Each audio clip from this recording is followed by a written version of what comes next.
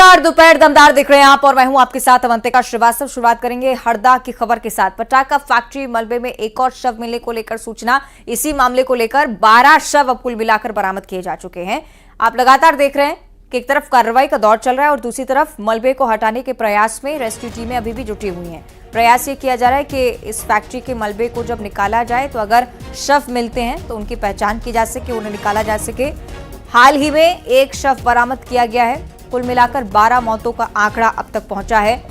कई लोग घायल हैं। 217 के करीब ये आंकड़ा बताया गया है जो गंभीर रूप से घायल हैं, अस्पताल में इलाजरत हैं। अभी तक 12 शव घटनास्थल से निकाले जा चुके हैं।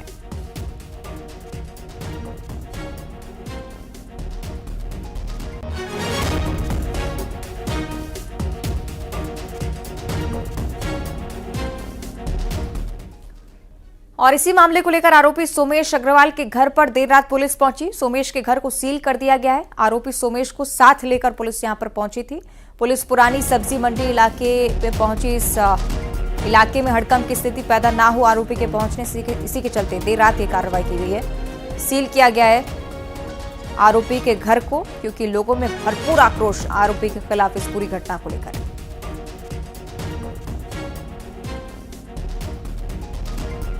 हरदा पटाखा फैक्ट्री जिसे लेकर कार्रवाई निरंतर आप देख रहे हैं। दूसरी तरफ मलबे को हटाने का प्रयास करता हुआ रेस्क्यू दल।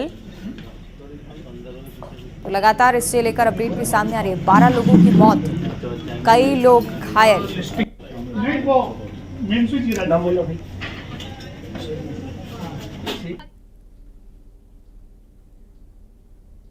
हरदा ब्लास्ट से पीड़ितों को उबरने में अभी बहुत समय लगने वाला है।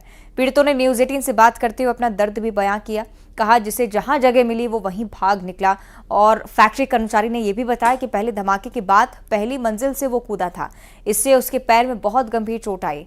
पीड़ितों की कहानी उन्हीं की जुबानी आपको सुनाते हैं।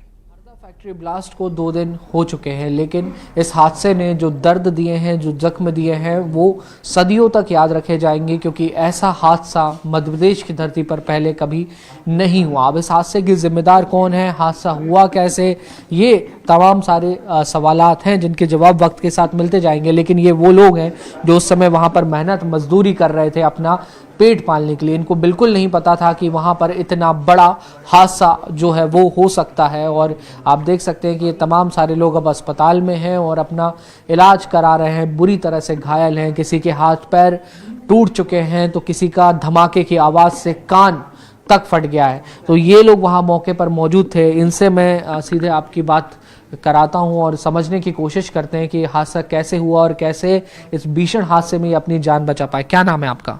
सर मेरा नाम संदीप है। संदीप, कैसे पूरा हादसा हुआ था और फिर कैसे वहाँ से निकलने में, भागने में कामयाब हुए आप? सर वहाँ पे एक छोटी ब्लास्टिंग हुई पहले, उसके बाद फटाके फूटने लग गए सर। पूरी पब्लिक ने भगदड़ मचा दिया। कोई किधर से भाग रहा, कोई किधर से भाग रहा। सर मैं एक माले कूद के भागा। तो कहाँ चोट आई आपको? मेरी जो इंगली फूट गई सर। हाँ। और ये कमर पे दीवार गिरी है सर। हाँ। तो जब वहाँ पे हादसा हुआ तो आप लोगों को जानकारी थी वहाँ पे कितना बारूद रखा हुआ है, कितना बम वगैरह कितनी संख्या में है? सर बारूद तो बहुत टनों से रखा है वहाँ। हाँ। रखा हुआ था। फटाके भी बहुत बने हुए थे सर। वहाँ पे 400-500 लोग मजदूर काम करते थे। और धमाके के वक्त मौजूद थे उतने लोग? हाँ, धमाके एक पहली जो छोटी ब्लास्टिंग हुई है। हाँ। उसके बाद फिर पब्लिक ने बाहर भागना स्टार्ट कर दिया सर। हाँ। उसमें जितने भाग पाए उतने भाग लिए सर। 5-10 मिनट के बाद बड़ी ब्लास्टिंग हो गई। देखिए, ये हादसे की वो तमाम चीज़ें हैं जो अब धीरे धीरे सामने आएंगी। और इसमें बहुत दुखद बात ये भी है कि जो लोग वहाँ पे मौजूद थे उनका साफ तौर पर ये कहना है कि बड़ी संख्या में वहाँ पर बच्चे भी थे। 1 दर्जन से ज़्यादा बच्चे वहाँ पे थे। हादसा इतना गंभीर था कि इन्हें कमर में गंभीर चोट आई है। जो वहाँ से दूरी पर काम कर रहे थे उनका कान फट गया धमाके की आवाज़ से। तो ये एक बड़ी त्रासदी जो है वो हरदा में घटित हुई है। और ऐसे हादसों से सबक ज़रूर लेना चाहिए ताकि दोबारा ऐसी घटनाएं जो है वो सामने ना आए। वीडियो जर्नलिस्ट दीपक कुमार के साथ न्यूज़ 18 के लिए हरदा से वासु चौरे। तो हरदा ब्लास्ट के 2 दिन बीत चुके हैं, लेकिन कई परिजन अपनों की तलाश में अभी भी जुटे हुए हैं। परिजन अस्पताल और फैक्ट्री के आसपास अपनों की तलाश कर रहे हैं। कई परिजनों को इस बात का भी शक है कि उनके अपने जिंदा भी हैं या नहीं। आइए सुनते हैं पीड़ितों के परिजन अपनों को लेकर क्या कहते हैं। हरदा फैक्ट्री में हुए ब्लास्ट को आज 2 दिन पूरे हो चुके हैं। कई लोगों की इस हादसे में जान गई, कई लोग घायल हैं, लेकिन बड़ी समस्या उन परिजनों के लिए बन गई है जिनके अपने अब तक उन्हें नहीं मिल पा रहे हैं। ये लोग 2-3 दिनों से दर दर भटक रहे हैं, दर दर की ठोकरें खा रहे हैं और इनको तलाश है कि इनके जो परिजन फैक्ट्री में काम किया करते थे उनके बारे में कोई जानकारी मिल जाए, कुछ पता चल सके उनके बारे में कि वो कहाँ हैं, किस स्थिति में हैं, किस हालात में हैं। पुलिस थानों से लेकर जहां पर धमाका हुआ था वहां पे और जिला अस्पताल तक में ये लोग पहुंच चुके हैं कि अगर कोई इलाज के लिए उन्हें यहां पर लाया हो तो उससे शायद उनसे थोड़ी सी जानकारी मिल जाए। कहां से आए हैं आप? खरगोन से। आप लोगों के कौन परिजन मिसिंग है? मेरे भाई था एक और मेरे एक साला था, वो 2 दिन से लापता है। धमाका में काम ना जाने कहाँ पड़े और कहाँ गिरे, वो जल गए कि क्या हुआ हमको मिला नहीं अभी तक का। उसे ढूंढने के लिए हम यहाँ अस्पताल तक आए बॉडी पहचानने के लिए। फैक्ट्री में ही काम करते थे वो? हाँ, फैक्ट्री में काम करते थे। अच्छा, तो कोई जानकारी अभी अस्पताल से या पुलिस से कुछ मिल पाई है? नहीं अभी तो नहीं मिला। अभी कहाँ कहाँ ढूंढ चुके हैं आप? अभी हम वो फैक्ट्री जली हुई फैक्ट्री में ढूंढे और यहाँ पर आए और थाने में भी गए तो पता लगाए तो थाने में भी कोई नाम रिकॉर्ड कोई नहीं मिला अभी तक उनका। इसके लिए हम यहाँ कल भी आए थे ये अस्पताल में बॉडी पहचानने के लिए।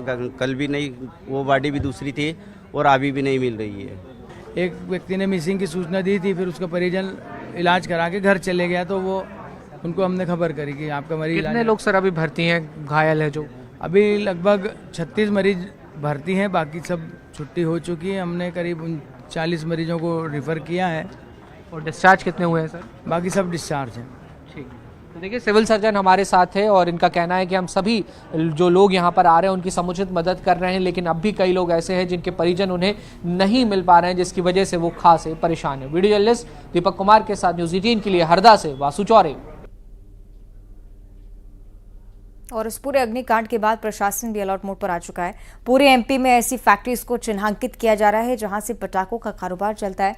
जिन फैक्ट्री के पास लाइसेंस नहीं है वहां प्रशासन की टीम दबिश भी दे रही है। जहां जहां रिहायशी बस्तियों में गोदाम या दुकान है उनकी भी जांच की गई है। जमुनिया चीर में पटाखे की 11 गोदामों को स्टॉक रजिस्टर या ना मिलने पर इसकी रिकॉर्ड अनियमितता पाए जाने को लेकर भी कार्रवाई हुई, सील कर दिया गया इन्हें। हरदा में भी 12 फैक्ट्रीज पर गाज गिरी है।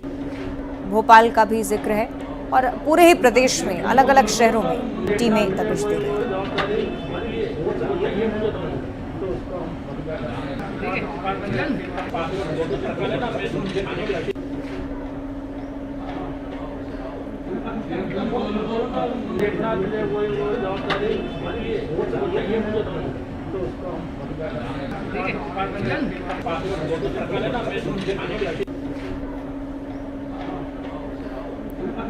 आप देख रहे हैं कर्मचारियों को किस प्रकार से इन दुकानों को सील किया जा रहा है। ब्लास्ट कांड और उसके बाद अब जाकर प्रशासन जागा है। उन अवैध फैक्ट्रियों को सील किया जा रहा है जहां धड़ल्ले से अवैध पटाखे बनाए जा रहे हैं।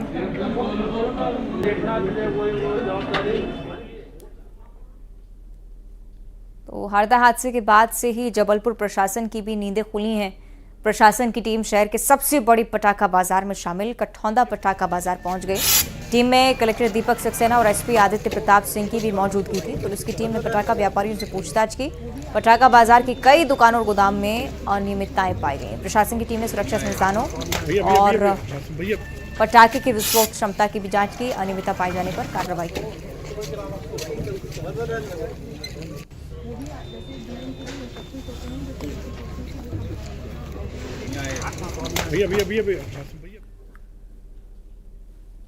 टीकमगढ़ में विस्फोट सामग्री स्थलों का पुलिस टीम ने जायजा लिया, निरीक्षण किया। पटाखों के गोदाम पर क्षमता से अधिक भंडारण मिला है। इस दौरान दुकान के मालिक नियमों को ताक पर रखकर दुकान और गोदाम चला रहे थे, इस बारे में भी खुलासा। साथ ही अवैध भंडारण भी कर रखा था। प्रशासन की टीम जब यहां पर पहुंची तो हड़कंप मचा और इन गोदामों के खिलाफ कार्रवाई की गई। नहीं सर, वो दोनों चीजों का कॉम्बिनेशन है सर। मेरे पास कल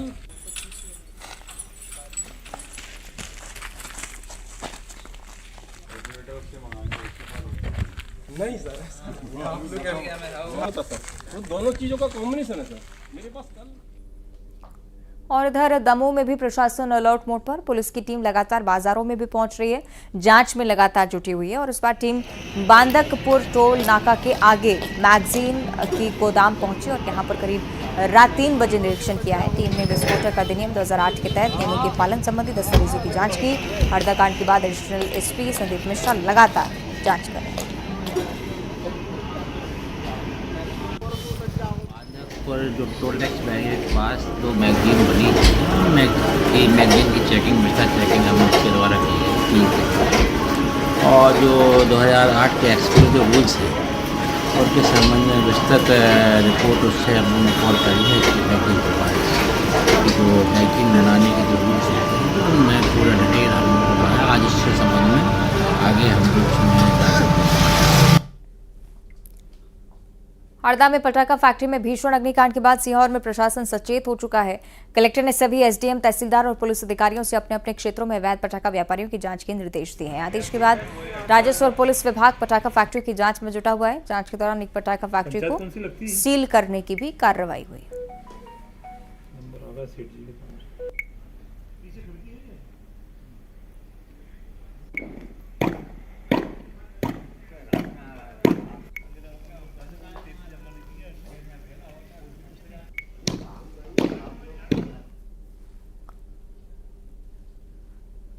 और अब बात करेंगे छत्तीसगढ़ विधानसभा की, जहां आज महादेव ऐप का मामला गूंजा है। विधायक राजेश मूणत ने सदन में महादेव सट्टा ऐप का जिक्र किया तो उन्होंने कहा कि सट्टे के जरिए युवाओं को ठगने का काम किया गया है। सट्टा ऐप से करोड़ों का ट्रांजैक्शन हुआ है। राजेश मूणत ने कहा कि केंद्रीय गृह मंत्री तक इस विषय पर चिंता जाहिर कर चुके हैं। इसकी जांच को लेकर कोई बड़ी घोषणा होनी ही चाहिए। इस पर डिप्टी सीएम विजय शर्मा ने कहा कि इसमें 2022 से अब तक 90 एफआईआर दर्ज हुई हैं। सभी दोषियों पर कार्रवाई होगी, कोई दोषी बचेगा नहीं। दुबई तक कनेक्शंस हैं, वहां तक जांच पहुंचाएगी।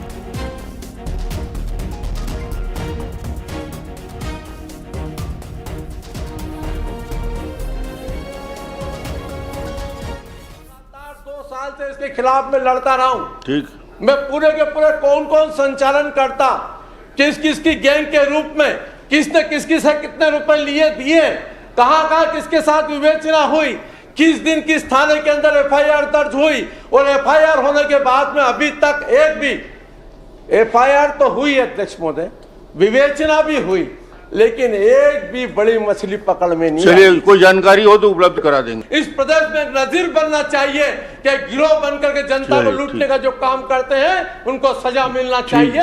यही मेरा आग्रह है। कोई मछली भी नहीं मगरमच्छ भी हो तो भी पकड़े जाएंगे। आप बस बहुत बढ़िया। चलिए, आपसे ये कहता हूँ ठीक। अब तक की जो स्थिति है वो यही है। आपके पास कोई अतिरिक्त जानकारी है अवश्य उपलब्ध कराएं आप। और आपसे ये कहना चाहता हूँ कि एनफोर्समेंट डायरेक्टरेट के जांच में वो अंतिम स्थिति में है। 482 लोगों की गिरफ्तारियां आज तक हुई हैं इस विषय पर। दूसरा मसला है कि जिन अधिकारियों के संदर्भ में चर्चा है, ईडी के चालान के संदर्भ में ले लें या सोशल मीडिया पर या मीडिया पर प्रचलित सारे विषयों को लेकर के जो बात चल रही है, प्रामाणिकता की बात है।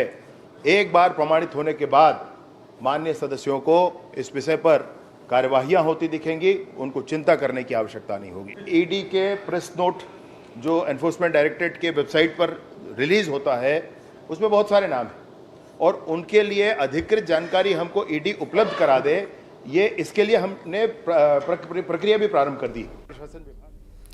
तो आप देख रहे हैं कि ईडी का मुद्दा गूंजा है और राजेश मूणत की तरफ से जब इस विषय को उठाया गया तो डिप्टी सीएम जवाब देते हुए नजर आए हैं।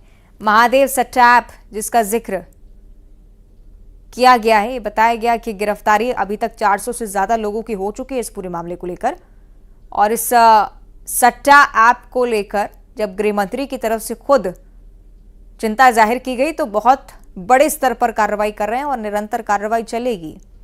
महादेव सट्टा ऐप जिसका जिक्र किया गया, ये लगातार प्रश्न के तौर पर पूछा जा रहा था कि भाई कार्रवाई क्या हुई, क्योंकि नुकसान सीधे तौर पर युवाओं को हुआ है, जनता को हुआ है, उनका पैसा डूबा है, कोई भी दोषी बचेगा नहीं, ये डिप्टी सीएम की तरफ से स्पष्ट किया गया है।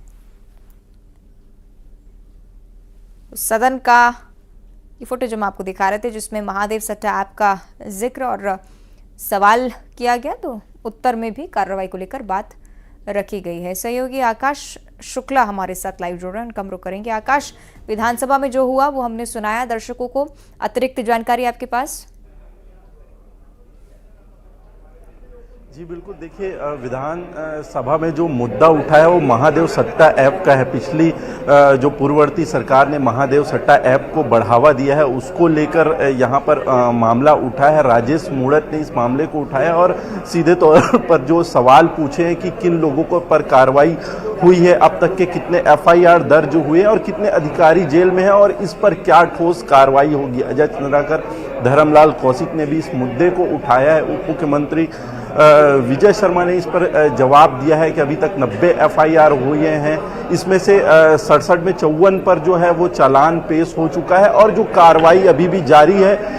इसके साथ ही उन अधिकारियों की बात भी पूछी गई जो इसमें इन्वॉल्व थे सीधे तौर पर और जो जेल में है। तो सरकार की तरफ से जवाब आया है कि 2 अधिकारी जेल में हैं और भी जो ईडी के चार्जशीट में जो चालान पेश हुए उसमें जो भी दोषी हैं उस पर सीधे तौर पर कार्रवाई होगी, क्योंकि यह मामला सीधा कोर्ट में है और इस पर कार्रवाई चल रही है। इसलिए किसी तरीके से सरकार इन लोग को सह नहीं देगी, दोषियों पर सीधे तौर पे कार्रवाई होगी। इस तरीके से तमाम जो बात की गई है। जी ठीक है, चलिए देखने वाली बात के आगे और क्या कुछ होता है इस मसले को लेकर। बहुत शुक्रिया आपका आकाश, जानकारी विस्तार से साझा करने के लिए। और छत्तीसगढ़ का जिक्र कर रहे थे, सीधे अब आपको छतरपुर लिए चलेंगे जहां अवैध विस्फोट को लेकर पुलिस और प्रशासन छापामार कार्रवाई करता हुआ नजर आया। सिटी कोतवाली इलाके में पॉश कॉलोनी में एक मकान में अवैध तरीके से विस्फोटक रखे गए थे, सामग्री को जब्त किया गया है। पटाखे भी यहां पर पाए गए। SDM की मौजूदगी में मकान का ताला तोड़कर 2 कमरे से भारी मात्रा में अवैध पटाखे और विस्फोटक मिले हैं। मकान मालिक और अवैध पटाखा कारोबारी फिलहाल फरार बताया जा रहा है।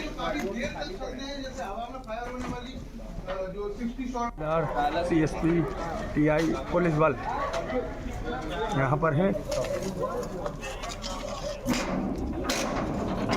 काफ़ी तादाद में जो है पटाखे पाए गए हैं और आवासीय इलाके में है और नीचे के ग्राउंड फ्लोर पे हैं, जबकि ऊपर में लोग भी रहे हैं और भारी तादाद में 2 कमरों में काफ़ी मात्रा में जो है। सर किसका गोदाम है ये? प्रभात गुप्ता का है, जिनको सूचना दी गई थी लेकिन सूचना दिए जाने के बाद भी उपस्थित नहीं हुआ।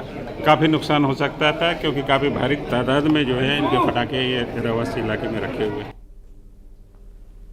और ये पूरा मामला विधानसभा तक भी पहुंचा है, जो कि स्वाभाविक भी रहा। प्रदर्शन किया गया है विपक्ष की तरफ से और बम की प्रतीकात्मक माला पहनकर विधानसभा पहुंचे कांग्रेस विधायक RK दोग ने गांधी प्रतिमा के सामने धरना दिया। 4 लाख मुआवजे से कुछ नहीं होगा, उनकी तरफ से कहा जा रहा था। कलेक्टर SP को हटाने से भी कुछ नहीं होगा, दोषियों पर कड़ी कार्रवाई होनी चाहिए जिससे आगे ऐसे मामले सामने न आए।